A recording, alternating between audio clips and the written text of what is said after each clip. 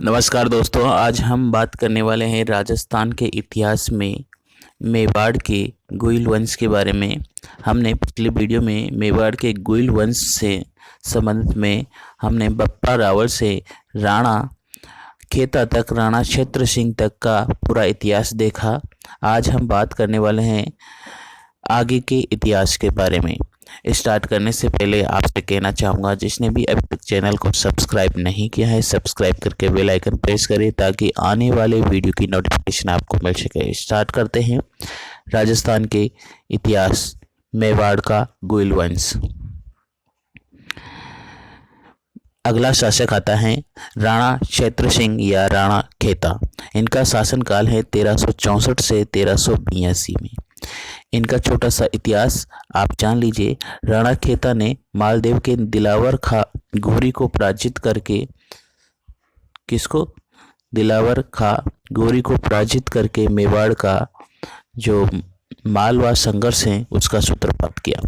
1382 में जब राणा ने बूंदी पर आक्रमण किया तो बूंदी के एक शासक हुआ करते थे लाल सिंह हाड़ा, उनके साथ में युद्ध करते हुए मारे गए। बस इतना सा इतिहास याद रखना है कि 1382 में जब राणा ने बूंदी पर आक्रमण किया था तो उस समय लाल सिंह के साथ में युद्ध हुआ।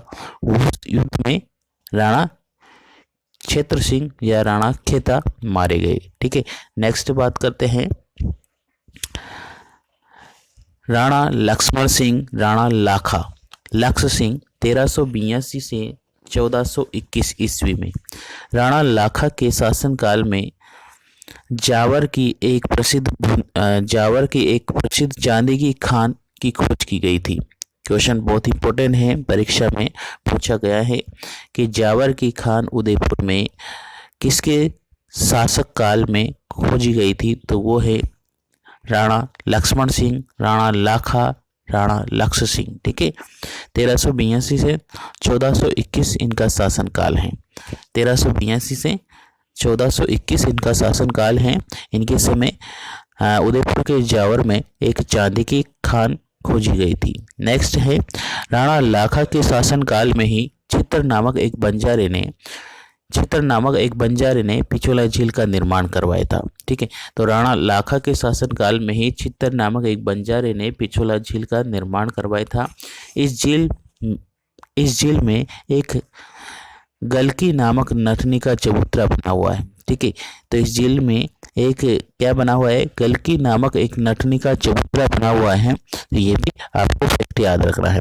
राणा लाखा ने जहाजपुर, अजमेर, शेखावाटी क्षेत्र को विजित कर लिया था और राणा लाखा ने बूंदी के शासक हमीर सिंह हाड़ा के शासनकाल में बूंदी के किले को, तारागढ़ को जीतने का प्रण ले लिया था, परंतु उसे जीत नहीं पाने के कारण मेवाड़ के पास ही इन्होंने एक नकली तारागढ़ बनवाकर उसे जीत कर अपना प्रण पूरा किया था। लेकिन इस नकली तारागढ़ को भी कुंभा हाड़ा नामक एक सैनिक ने काफी प्रयास किया था। इसे जीतने के बाद उन्होंने अपना प्रण पूरा किया। तो क्या हुआ, जो राणा लाखा थे उन्होंने जब जहाजपुर, अजमेर, शेखावाटी क्षेत्र को जीत लिया था, तो उस समय जब इन क्षेत्रों को जीतने के बाद में जब वो बूंदी के तारागढ़ को जीतने का प्रयास कर रहे थे, तो बूंदी के उस समय शासक थे हमीर सिंह हाड़ा। उन्होंने बहुत प्रयास के साथ में इन्हें जीतने नहीं दिया, लेकिन उन्होंने प्रण लिया था कि उसे जीतना ही सही है ना। ठीक है, तो इन्होंने क्या करा, चित्तौड़ के पास ही एक नकली तारागढ़ बनवा लिया और उसे जीत लिया। ठीक है, और अपना प्राण पूरा किया। इस प्रकार से राणा लाखा के इतिहास में क्वेश्चन पूछा जाता है। ठीक है, आगे बात करते हैं मारवाड़ के रणमल की बहन हंसाबाई का विवाह राणा लाखा के पुत्र चूड़ा के साथ में निश्चित हुआ था, परंतु बाद में मोकल नामक एक पुत्र पैदा हुआ था। ठीक है,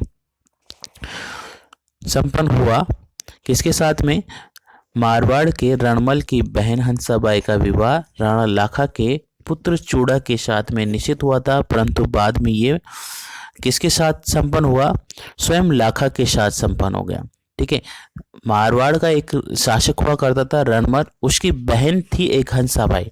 ठीक है, हंसाबाई का विवाह उसके राणा लाखा के पुत्र चूड़ा के साथ में निश्चित हुआ था। ठीक है, लेकिन क्या हुआ, इतिहास को कुछ और ही मंजूर था। उन्होंने उनका विवाह राणा लाखा, स्वयं राणा लाखा के साथ ही संपन्न करवाना पड़ा। ठीक है, और उससे एक पुत्र पैदा हुआ, उसका नाम था मोकल। ठीक है, तो राणा लाखा के पुत्र राव चूड़ा ने मेवाड़ या राजपूताना का विश्व पिता कहा जाता है। ठीक है, मेवाड़ के, राजस्थान के विश्व पिता किसे कहा जाता है, तो राणा चूड़ा को कहा जाता है, क्योंकि उन्होंने, राव चूड़ा ने यह प्रण लिया था कि आजीवन में विवाह नहीं करूँगा। ठीक है, विश्व पिता की तरह ही इन्होंने भी अपना प्रण पूरा किया था। इस कारण से राजस्थान के विश्व पिता कहलाते हैं राव चूड़ा। ठीक है, क्योंकि उनके इस प्रण के कारण ही उनके पिता राणा लाखा और हंसाबाई का विवाह हो सका। ठीक है, ठीक है, इसलिए जो मारवाड़ का रणमल था, उनकी बहन हंसाबाई का विवाह लाखा चूड़ा के साथ में, लाखा के पुत्र चूड़ा के साथ में निश्चित हुआ था, परंतु बाद में स्वयं लाखा के साथ में संपन्न हुआ, तो मोकल, उसे मोकल पैदा हुआ। ठीक है, तो इसी कारण से जब उन्होंने ये विवाह नहीं करने का निश्चित किया था चूड़ा ने, इसी कारण से चूड़ा को राजस्थान के या मेवाड़ का विश्व पिता कहा जाता है। ठीक है, नेक्स्ट बात करते हैं, हंसाबाई से उत्पन्न पुत्र मोकल। हंसाबाई से उत्पन्न पुत्र मोकल मेवाड़ का शासक बना, क्योंकि उन्होंने पहले ही निश्चित किया था कि जो भी हंसाबाई से उत्पन्न पुत्र होगा वही मेवाड़ का शासक बनेगा। ठीक है, तो उनके मन में शंका उत्पन्न हुई कि अगर मान लो चूड़ा बड़ा पुत्र है तो बड़ा पुत्र राजा बन सकता है, लेकिन चूड़ा ने आजीवन विवाह न करने का निश्चित किया और कहा कि मैं विवाह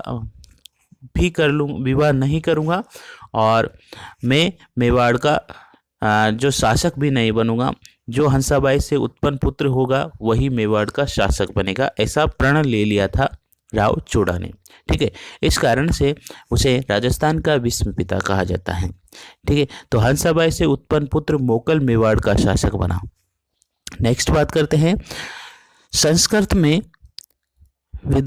संस्कृत के एक विद्वान ज्योतिंग भट्ट और धनेश्वर भट्ट राणा लाखा के दरबार में हुआ करते थे। तो ये दो प्रसिद्ध दरबारी थे, विद्वान थे, ज्योतिंग भट्ट और धनेश्वर भट्ट। ठीक है, क्वेश्चन आ जाए ज्योतिंग भट्ट और धनेश्वर भट्ट किसके दरबार में थे, तो वो राणा लाखा के दरबार में थे। आगे नेक्स्ट बात करते हैं राणा मोकल के बारे में। 1421 से 1433 ईस्वी में इनका शासनकाल रहता है। राणा मोकल के शासनकाल पर उसकी माँ हंसाबाई और मामा रणमल का बहुत ही प्रभाव पड़ता है। ठीक है, तो उनका जो शासनकाल है पूरा, उस पर रणमल और हंसाबाई का बहुत ही प्रभाव पड़ता है। उन्होंने 12 वर्ष की अल्प आयु में मोकल मेवाड़ का शासक बना दिया था। अतः लाखा के पुत्र चूड़ा को उसकी संरक्षक के लिए बनाया था। ठीक है, कि ये संरक्षक करेगा इनके, तो चूड़ा जो उनका बड़ा भाई था उन्हें उनका संरक्षक नियुक्त कर दिया, किंतु कुछ समय बाद चूड़ा मांडू चला गया और चित्तौड़ का प्रशासन रणमल के हाथों में आ गया। ठीक है, तो उनको संरक्षक नियुक्त किया था, लेकिन बाद में क्या हुआ, चूड़ा को मांडू जाना पड़ा और चित्तौड़ का जो प्रशासन था, चित्तौड़ का प्रशासन वह रणमल के हाथों में आ गया। ठीक है, नेक्स्ट बात करते हैं, राणा मोकल ने 1428 में रामपुरा भीलवाड़ा के युद्ध में नागौर के शासक फिरोज खां को पराजित किया। ठीक है, तो 1428 में एक रामपुरा का युद्ध हुआ, उसमें नागौर के एक शासक हुआ था फिरोज खां, उसको राणा मोकल द्वारा पराजित किया गया। ठीक है, तो राणा मोकल ने 1428 में रामपुरा भीलवाड़ा के युद्ध में नागौर के शासक फिरोज खां को पराजित किया। नेक्स्ट, मोकल ने 1429 में चित्तौड़ में स्थित त्रिभुवन नारायण मंदिर का जीर्णोद्धार करवाया। तभी से यह मंदिर मोकल मंदिर या समिदेश्वर मंदिर के नाम से जाना जाता है। तो मोकल यह मंदिर समिदेश्वर मंदिर के नाम से जाना जाने वाला ये मंदिर का जीर्णोद्धार करवाया मोकल के द्वारा। ठीक है, तो त्रिभुवन नारायण मंदिर और मोकल मंदिर, ठीक है, इसको मोकल मंदिर भी कहते हैं, त्रिभुवन नारायण मंदिर भी कहते हैं, समिदेश्वर मंदिर भी कहते हैं। और ये कहाँ पर है? चित्तौड़ में है। याद रखना है, परीक्षा में बहुत बार पूछा गया है, क्वेश्चन परीक्षा में पूछा गया है। ठीक है, इसलिए याद रखना है, मोकल ने 1429 में चित्तौड़ में स्थित त्रिभुवन नारायण मंदिर, ठीक, त्रिभुवन नारायण मंदिर का जीर्णोद्धार करवाया था। तभी से ये मंदिर क्या है? मोकल मंदिर या समिदेश्वर मंदिर कहा जाता है। ठीक है, मोकल मंदिर या समिदेश्वर मंदिर कहा जाता है।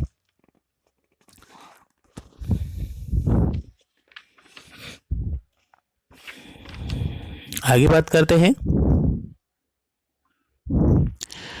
योगेश्वर और भट्ट विष्णु के द्वारा विद्वान उनके दरबार में हुआ करते थे मोकल के में। मोकल में चित्तौड़ में भगवान विष्णु को समर्पित द्वारिका नाथ मंदिर का निर्माण भी करवाया। ठीक है, तो प्रसिद्ध दो मंदिरों के नाम याद रखना है मोकल के टाइम के। मोकल ने एक राणा मोकल ने त्रिभुवन नारायण मंदिर का जीर्णोद्धार करवाया और एक भगवान विष्णु का समर्पित जो द्वारिका नाथ मंदिर है उसका निर्माण भी राणा मोकल के द्वारा करवाया गया। तो 1433 में गुजरात अभियान के समय मोकल के चाचा मेरा ने महपा पवार के सहयोग से जीलवाड़ा उदयपुर नामक एक स्थान पर मोकल की हत्या करवा दी गई। ठीक है, तो मोकल की हत्या करवा दी गई कब? 1433 को गुजरात अभियान के दौरान। जब मोकल गुजरात अभियान के पर गए थे उस समय मोकल के जो चाचा थे और मेरा ने महपा पवार के सहयोग से, एक महपा पवार के सहयोग से, गुजरात के शासक महपा पवार के सहयोग से झिलवाड़ा नामक एक स्थान पर मोकल की हत्या करवा दी गई। ठीक है, नेक्स्ट बात करते हैं राणा कुंभा और कुंभकर्ण। बहुत ही प्रसिद्ध इतिहास है इनका, यहाँ से परीक्षा में क्वेश्चन पूछे जाते हैं। राणा मोकल वह सौभाग्य देवी का पुत्र था। राणा मोकल को कटार कला और कलम का धनी कहते हैं। राणा कुंभा के शासनकाल में 1438 में मारवाड़ के रणमल की प्रेमिका भारमली के सहयोग से हत्या करवा दी गई। इसी कारण से रणमल के पुत्र जोधा और कुंभा के मध्य मतभेद हो गया। ठीक है, तो आपको याद रखना है क्या क्या फैक्ट है कि राणा कुंभा मोकल और सौभाग्य देवी का पुत्र था। ठीक है, तो मोकल की पत्नी सौभाग्य देवी का, इन दोनों का पुत्र कौन था? राणा कुंभा। ठीक है, और कुंभा को कटार कला और कलम का धनी कहा जाता है, क्योंकि कटार में भी प्रसिद्ध थे, कला में भी प्रसिद्ध थे और इतिहास में जो लेखन कला में भी प्रसिद्ध थे। इसे कटार कला और कलम का धनी कहा जाता है। ठीक है, तो राणा कुंभा के शासनकाल में 1438 में मारवाड़ के रणमल की प्रेमिका, ठीक है, तो हंसाबाई का जो भाई था रणमल, ठीक है, उनकी एक प्रेमिका हुआ करती थी भारमली, उनके सहयोग से हत्या करवा दी गई थी। ठीक है, तो उनके सहयोग से कुंभा ने रणमल की प्रेमिका भारमली के सहयोग से हत्या करवा दी गई थी। इस कारण से रणमल का पुत्र जो जोधा था और कुंभा, इन दोनों के मध्य बड़ा मतभेद हो गया था। ठीक है, तो इनके बीच में मतभेद हो गया था। हंसाबाई के सहयोग से 1444 में राव जोधा और कुंभा के मध्य क्या हुआ? आवल बावल की संधि करवाई गई। ठीक है, जो हंसाबाई थी रणमल की बहन, तो उनके द्वारा क्या किया गया? 1444 को राव जोधा और कुंभा के मध्य आवल बावल की संधि करवा दी गई। ठीक है, जिससे क्या हुआ? खारी नदी सुरजत और मारवाड़ की सीमा का निर्धारण किया गया कि भाई ये मेवाड़ की सीमा है, ये मारवाड़ की सीमा है। ठीक है, इस प्रकार से मेवाड़ मारवाड़ की सीमाओं का निर्धारण कर दिया गया। ठीक है, मोकल के हत्यारे महपा पवार को मांडवा के सुल्तान मोहम्मद खिलजी की शरण दी गई। ठीक है, इसी कारण से कुंभा ने 1437 में मांडवा पर आक्रमण कर दिया गया था, जिससे राणा कुंभा ने मोहम्मद खिलजी को सारंगपुर एमपी के युद्ध में पराजित कर दिया गया। इस घटना को इतिहास में मांडवा विजय कहा जाता है। ठीक है, मांडवा विजय कहा जाता है। इस मांडवा विजय के उपलक्ष्य में ही राणा कुंभा ने चित्तौड़ में विजय स्तंभ या कीर्ति स्तंभ का निर्माण करवाया गया। राणा कुंभा का काल था वह कला और वास्तुकला का स्वर्ण युग माना जाता है। क्वेश्चन बहुत बार क्वेश्चन पूछा जाता है कि कला वास्तुकला का स्वर्ण युग किस काल को कहा जाता है, तो मेवाड़ के महाराणा कुंभा के शासनकाल को कला व वास्तुकला का स्वर्ण युग कहा जाता है। नेक्स्ट बात करते हैं विजय स्तंभ के बारे में। विजय स्तंभ के बारे में बात करने वाले हैं। तो विजय स्तंभ कहाँ पर है, तो ये है चित्तौड़ में। विजय स्तंभ कहाँ है, चित्तौड़ में। निर्माण किसने करवाया, कुंभा ने। निर्माण काल कब है, 1440 से 1449। ठीक है, और ऊंचाई है लगभग इसकी 120 या 122 फीट। ठीक है, लगभग 36.5 मीटर है। विष्णु को समर्पित है और मंजिल कितने हैं, 9 मंजिला है। कितनी सीढ़ियां हैं, तो 157 सीढ़ियां हैं। ठीक है, आपको याद रखना है, बहुत ही इंपॉर्टेंट क्वेश्चन पूछा जा सकता है। चित्तौड़ में है, कुंभा ने निर्माण करवाया। 1440 से 1449 को इनका निर्माण काल है और ऊंचाई 122 फीट 36.5 मीटर है पूरी। समर्पित है भगवान विष्णु को और मंजिल है 9। सीढ़ियाँ कितनी हैं, 157। वास्तुकार है, मुख्य वास्तुकार है जेता और सहयोगी वास्तुकार है नापा और पूजा। ठीक है, तो याद रखना है। इनके उपनाम क्या क्या है, तो उपनाम है विष्णु ध्वज। विष्णु ध्वज के नाम से जाना जाता है। कीर्ति स्तंभ के नाम से जाना जाता है। मूर्तियों का विश्वकोश कहा जाता है। ठीक है, और मूर्तियों का शब्दकोश कहा जाता है। मूर्तियों का अनमोल खजाना कहा जाता है। मूर्तियों का अजायब घर कहा जाता है। ठीक है, कुछ इतिहासकारों के नाम लिखे हुए हैं, जैसे विष्णु का ध्वज किसने कहा, तो इतिहासकार R.B. उपेंद्र नाथ ने कहा था। ठीक है, और मूर्तियों का विश्वकोश किसने कहा, डॉक्टर गार्ड्स ने कहा है। ठीक है, और एक डॉक्टर गार्ड्स ने ही मूर्तियों का खजाना भी कहा है इसे।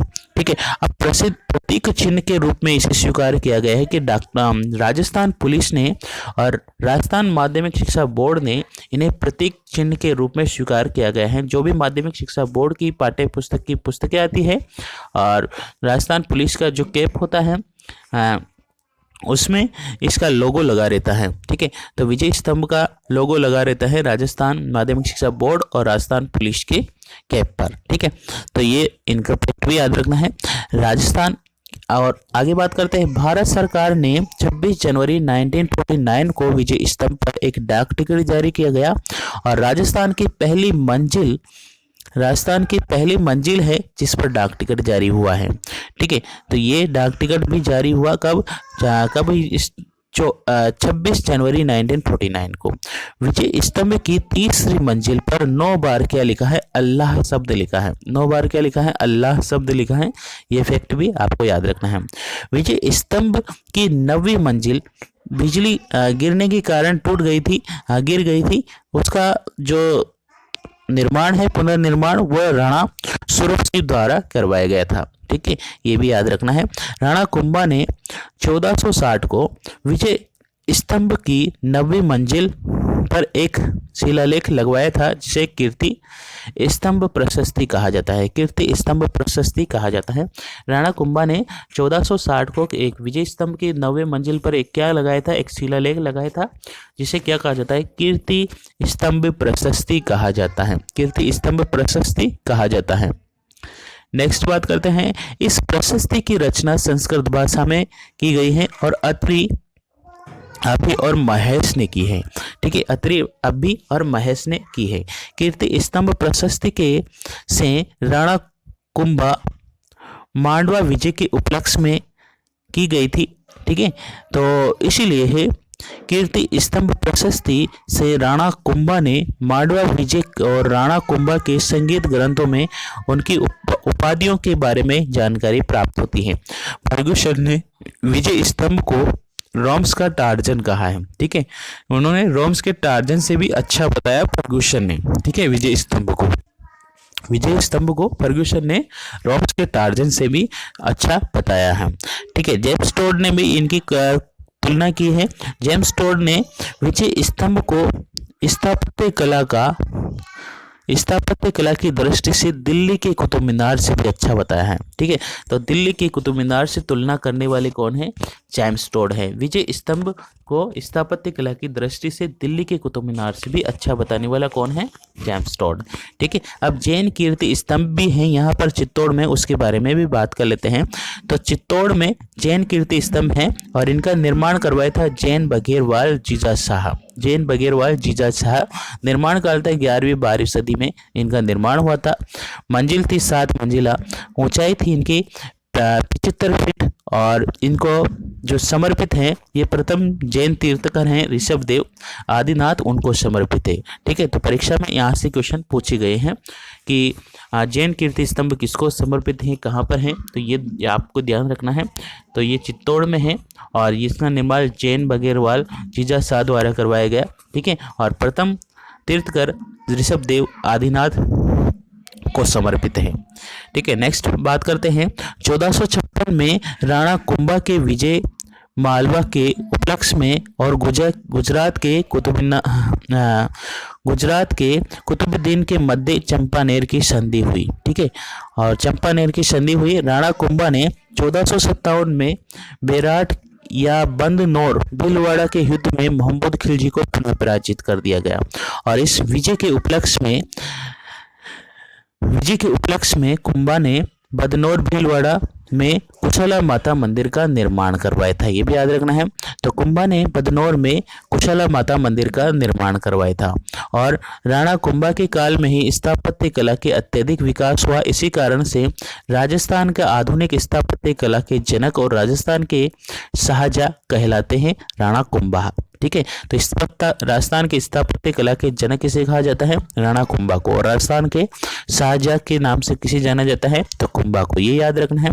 श्यामल दास के ग्रंथों में वीर विनोद, श्यामल दास का एक ग्रंथ है वीर विनोद के अनुसार मेवाड़ में स्थित 84 किलो में से 32 किलो का निर्माण किसने करवाया? कुंभा ने करवाया। ठीक है, क्वेश्चन आ जाए कि मेवाड़ के 84 किलो में से 32 किलो का निर्माण किसने करवाया? तो कुंभा ने।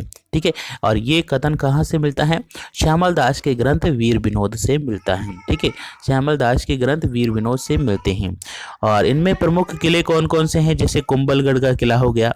ठीक है, राजसमंद में है। इनकी कुंभल देवी पत्नी थी, उनके नाम पर इन्होंने अपना कुंभलगढ़ का किला बनाया। ठीक है, मचान का किला हो गया राजसमंद का, डूंगरपुर का भोमट हो गया, बसंतगढ़ सिरोही हो गया। इस प्रकार से बहुत सारे किले हैं इनके।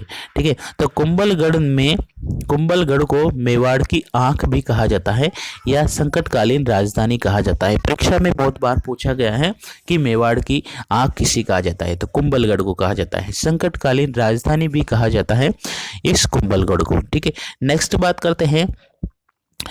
1439 को कुंभा के मंत्री धरणक शाह है यानी कि धरणी शाह ने आदिनाथ को समर्पित रणकपुर पाली जैन मंदिर का निर्माण करवाया। ठीक है, तो 1939 को कुंभा ने एक इनके मंत्री थे धरणक शाह। ठीक है, इन्होंने आदिनाथ को समर्पित एक मंदिर का निर्माण करवाया पाली में, रणकपुर पाली जैन मंदिर। क्वेश्चन पूछा जाता है जैन मंदिर कहाँ का प्रसिद्ध है? रणकपुर पाली का। ठीक है, तो परीक्षा में ये किसने निर्माण करवाया इसका? तो कुंभा के एक मंत्री था धरणक शाह, उन्होंने इनका निर्माण करवाया। ठीक है, इनका जो शिल्पी थे सोमपुरा ब्राह्मण देपाक। ठीक है, तो ये याद रखना है। श्रृंगार चौरी। ठीक है, चित्तौड़ में श्रृंगार चौरी। कुंभा ने अपनी पुत्री रमाबाई का या वागीश्वरी का विवाह के उपलक्ष्य में एक चित्तौड़ में एक मंडप सजाया था। ठीक है, विवाह के उसी को चौरी कहते हैं, श्रृंगार चौरी। ठीक है, ये कहाँ पर प्रसिद्ध है? चित्तौड़ में। ठीक है, मेवाड़ और मारवाड़ की आवल बावल संधि के बारे में बात कर लेते हैं हम। मेवाड़ और मारवाड़ की आवल बावल की संधि। तो कुंभा ने रणमल और राघव देव को भेजकर मोकल के पिता के हत्यारे चाचा और मेरा की हत्या करवा दी गई तथा राणा कुंभा के शासनकाल में 1458 में मारवाड़ में रणमल की उन्हीं की प्रेमिका भारमली के सहयोग से उसकी हत्या करवा दी गई। ठीक है, तो इनकी हत्या करने के बाद रणमल की हत्या के बाद चूड़ा को मंडोर जोधपुर भेजकर मंडोर पर अधिकार कर लिया और मंडोर के शासक राव जो जोधा थे, उन्होंने रणमल का जो पुत्र था राव जोधा, उन्होंने बीकानेर की हुगली नामक स्थान पर क्या करी, गुटली नामक गांव में शरण ली गई। ठीक है, तो याद रखना है। आगे बात करते हैं हंसाबाई के सहयोग से 1444 हैं, उसमें राव जोधा और मेवाड़ के जो कुंभा हैं उनके बीच में आवल बावल की संधि हुई और इस संधि के अनुसार मेवाड़ और मारवाड़ की सीमा का निर्धारण किया गया, जैसा हमने पहले डिस्कस कर चुके हैं। जोधा ने मेवाड़ में संधि करने के लिए अपनी पुत्री संगार देवी का विवाह कुंभा के पुत्र रणबल के साथ में करवा दिया गया। ठीक है, तो ये फैक्ट आपको याद रखना है। अब बात करते हैं कुंभा के समय साहित्य लिखे गए उनके बारे में। तो कुंभा स्वयं एक विद्वान थे, उच्च कोटि के संगीतज्ञ भी थे और संगीत गुरु और सारंग व्यास थे। इनके गुरु का नाम क्या है, सारंग व्यास। ठीक है, तो कुंभा द्वारा रचना जो की गई है वो सामने है आपके, क्या है, संगीत राज। ठीक है, संगीत राज ग्रंथ की रचना की है रसिक प्रिया, रसिक प्रिया गीत गोविंद की टीका है ये, और सुड प्रबंध परीक्षा में पूछे गए हैं। संगीत रत्नाकर पर टीका और कामराज रतिसार वाद प्रबंध संगीत मीमांसा ये परीक्षा में पूछे गए हैं। हरिवातिक चंडी शतक पर टीका, संगीत क्रम और संगीत सुधा ये सारी रचनाएं राणा कुंभा की हैं। ठीक है, तो कुंभा ने संगीत ग्रंथों में संरक्षित करने का श्रेय बीकानेर के राव राठौड़ अनूप सिंह को जाता है। ठीक है, तो इनको संरक्षित करने का श्रेय किसको जाता है, बीकानेर के शासक अनूप सिंह को जाता है। ठीक है, इनके साहित्य रचना है, देखो अन्य साहित्य रचना है कानड़ व्यास, जो कान्हा व्यास थे उनकी एक रचना है एक लिंग महात्म में। ठीक है, गोविंद जी की रचना है क्या है, कलानिधि, द्वारिका और उद्धारक। ठीक है, नाथा की है वास्तु मंजरी और अत्रि के है कीर्ति स्तंभ प्रशस्ति। ठीक है, मंडन की कुछ रचनाएं हैं। ठीक है, तो मंडन ने एक वास्तुकार थे, साथ में एक अच्छा साहित्यकार भी थे, तो उनकी रचनाएं हैं वेद मंडल, कोदंड मंडल, वास्तुकार और राज बल्लभ, देव मूर्ति प्रलभ, रूप मंडप, प्रसाद, शकुन, वास्तु मंडन, ये सारी रचनाएं मंडन की हैं। जैन हीरानंद कुंभा के गुरु थे और जैन आचार्य सोमदेव को कुंभा ने कविराज की उपाधि धारण करवाई थी। ठीक है, तो ये कुंभा की उपाधियां हैं। कुंभा के बहुत सारी उपाधियां धारण करी, जैसे अभिनव भट्टाचार्य की उपाधि धारण करने के वाले हैं। ठीक है, हिंदू सुल्तान कहते हैं। ठीक है, राणे राय कहा जाता है, हाल गुरु कहा जाता है, परम गुरु कहा जाता है, छाप गुरु कहा जाता है, महाराजा रजराज कहा जाता है, राजगुरु कहा जाता है, राव राय कहा जाता है, दान गुरु। ठीक है, राणो रासो, नव भरत, ऐसे उपाधियां धारण करी हैं राणा कुंभा ने। ठीक है, तो कुंभा को इतिहास में बहुत ही स्थापत्य कला के जनक कहा जाता है। तो कुंभा राजस्थान का पहला शासक था जिसने सोम को दिल्ली के शासकों के समक्ष घोषित किया था। ठीक है, तो आज हमने राणा कुंभा तक का इतिहास देखा, आगे हम मेवाड़ के गोयल वंश को आगे बढ़ाते हैं। ठीक है, तो आज का सेशन यही समाप्त करते हैं। जय हिंद, जय भारत।